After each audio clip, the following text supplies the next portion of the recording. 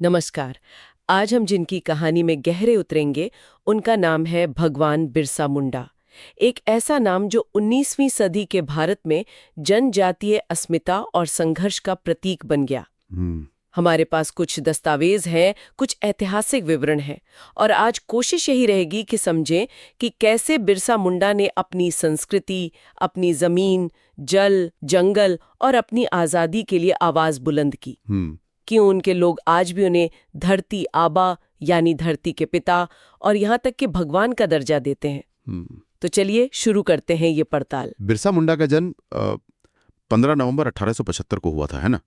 झारखंड के उलिहातू गांव में। हाँ बिल्कुल, खूंटी जिला। और परिवार की आर्थिक स्थिति मतलब बहुत अच्छी नहीं थी। माता पिता सगुणा मुंडा और कर्मी वो दिहाड़ी मजदूरी करते थे। तो शुरुआती पढ़ाई लिखाई कैसे हुई? पहले तो कुछ समय मामा के यहाँ रह के पढ़े, फिर एक जर्मन मिशन स्कूल में भी गए। लेकिन जो एक निर्णायक मोड़ आया वो था चाईबासा में। अच्छा, चाईबासा का लूथरन मिशन स्कूल, वहां क्या हुआ था? हाँ, वहां आगे की पढ़ाई के लिए गए थे, पर स्कूल में दाखिले के वक्त उनकी शिखा मतलब जो चोटी रखते थे वो कटवा दी गई। ओ, ये तो बहुत व्यक्तिगत बात हुई। बिल्कुल। और ये सिर्फ बाल कटवाने जैसा नहीं था उनके लिए, ये उनकी मुंडा पहचान, उनकी संस्कृति, उनके धर्म पर एक चोट जैसा था। उन्हें बहुत गहरा आघात लगा। तो यहीं से वो भावना जागी कि उनकी संस्कृति खतरे में है बाहरी ताकतों से। हाँ बिल्कुल। उन्हें ये महसूस होने लगा कि ये जो बाहरी प्रभाव हैं, चाहे वो मिशनरी हो या अंग्रेजी हुकूमत, ये उनकी जड़ों को, उनकी पहचान को कमजोर कर रहे हैं। धर्म और संस्कृति पर संकट दिखने लगा उन्हें। तो ये व्यक्तिगत अपमान एक तरह से राजनीतिक चेतना का भी कारण बना, कह सकते हैं। चाईबासा से जब वो लौटे तो उनके मन में ये बात घर कर चुकी थी। उन्होंने फिर मुंडा नौजवानों को इकट्ठा करना शुरू किया। अच्छा, संगठन बनाया। हाँ, एक संगठन बनाया, और सिर्फ अंग्रेजों के खिलाफ नहीं, समाज के अंदर जो कुरीतियां थी उन पर भी बात की। लेकिन हाँ, मुख्य जोर अंग्रेजी शासन और जो मिशनरी थे उनके राजनीतिक और आर्थिक शोषण के खिलाफ लोगों को जागरूक करने पर था। उनका मानना था कि ये दोनों मतलब मिशनरी और अंग्रेज मिलकर देश को भ्रष्ट कर रहे हैं, गुलाम बना रहे हैं। बिल्कुल। और यहीं से उनका वो प्रसिद्ध नारा सामने आया, अबुआ दिशोम अबुआ राज। हाँ, अपना देश, अपनी माटी, अपना राज। इस नारे ने जैसे आदिवासी युवाओं में क्रांति की एक लहर दौड़ा दी। लेकिन सिर्फ नारे से तो बात नहीं बनती, कोई ठोस वजह भी रही होगी इस बड़े आंदोलन की। वजह थी, और बहुत बड़ी वजह थी। 1893-94 में अंग्रेज सरकार ने भारतीय वन अधिनियम के तहत जंगल की जमीनों को आरक्षित घोषित कर दिया। अच्छा, आरक्षित मतलब कि अब उन जंगलों पर आदिवासियों के जो पारंपरिक अधिकार थे, लकड़ी लेना, जड़ी बूटी लेना, खेती करना, वो सब खत्म। सरकार का कब्जा हो गया। हो, ये तो सीधे सीधे उनके जीवन यापन पर हमला था।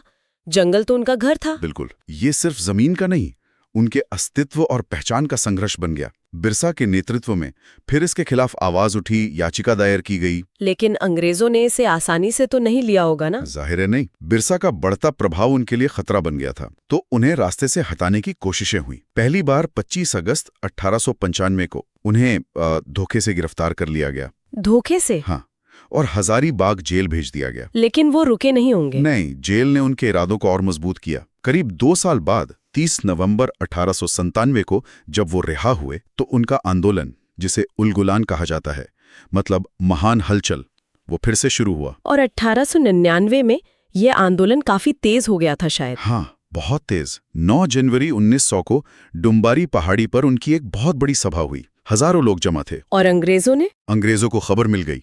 कमिश्नर था स्ट्रीटफील्ड, उसने पूरी पहाड़ी को घेर लिया। वहां जबरदस्त टकराव हुआ। हालांकि बिरसा किसी तरह बच निकले। लेकिन कब तक बचते? अंततः 3 फरवरी 1900 को हाँ, उन्हें फिर से पकड़ लिया गया, सोते हुए, बंद गांव के जंगल से। कुछ मुखबिरों ने मदद की अंग्रेजों की। और फिर रांची जेल ले जाया गया। हाँ, और वहीं रांची जेल में ही 9 जून 1900 को महज 25 साल की उम्र में उनकी मृत्यु हो गई। रहस्यमयी परिस्थितियों में। दस्तावेज तो यही कहते हैं कि ये स्वाभाविक मौत नहीं थी। शायद अंग्रेजों ने उन्हें। हाँ, कई दस्तावेज इसी तरफ इशारा करते हैं कि जेल में ही उन्हें मार दिया गया। इतनी कम उम्र में इतना बड़ा संघर्ष और ऐसा अंत। लेकिन क्या उनका बलिदान व्यर्थ? क्या अपनी माटी, अपने जंगल के लिए जो लड़ाई उन्होंने लड़ी? नहीं, बिल्कुल नहीं। व्यर्थ कैसे जा सकता है? उनके उलगुलान का दबाव इतना ज्यादा था कि अंग्रेजों को झुकना पड़ा। छोटा नागपुर काश्तकारी कानून। हाँ, 1908 में छोटा नागपुर टेनेंसी एक्ट या काश्तकारी कानून पास करना पड़ा। इस कानून ने आदिवासियों के भूमि अधिकारों को काफी हद तक वापस दिलाया। गैर आदिवासी लोग आसानी से उनकी जमीन नहीं हड़प सकते थे अब। ये एक बहुत बड़ी उपलब्धि थी। सही बात है। तो उनके संघर्ष का एक ठोस नतीजा निकला। बिल्कुल। और बिरसा मुंडा आज भी वो सिर्फ एक ऐतिहासिक व्यक्ति नहीं है, वो जनजातीय गौरव, स्वाभिमान और अपने हक के लिए लड़ने की हिम्मत का प्रतीक हैं। और भारत सरकार ने भी उनके जन्मदिन 15 नवंबर को जनजातीय गौरव दिवस के रूप में मनाने का फैसला किया है। ये उनके और उन जैसे अनगिनत गुमनाम आदिवासी नायकों के योगदान को एक सम्मान है। हाँ, एक जरूरी कदम है ये। तो ये थी कहानी भगवान बिरसा मुंडा की। कैसे एक नौजवान अपनी संस्कृति, जमीन और आजादी के लिए लड़ा और हमेशा के लिए अपने लोगों के मन में भगवान बन गया।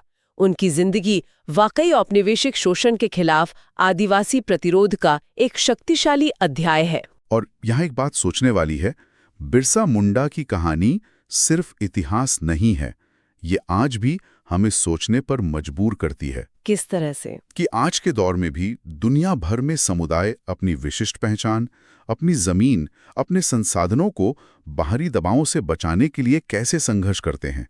ये संघर्ष आज किन रूपों में जारी है और बिरसा मुंडा की कहानी हमें इसके बारे में क्या सिखाती है, ये सवाल आज भी उतना ही प्रासंगिक है।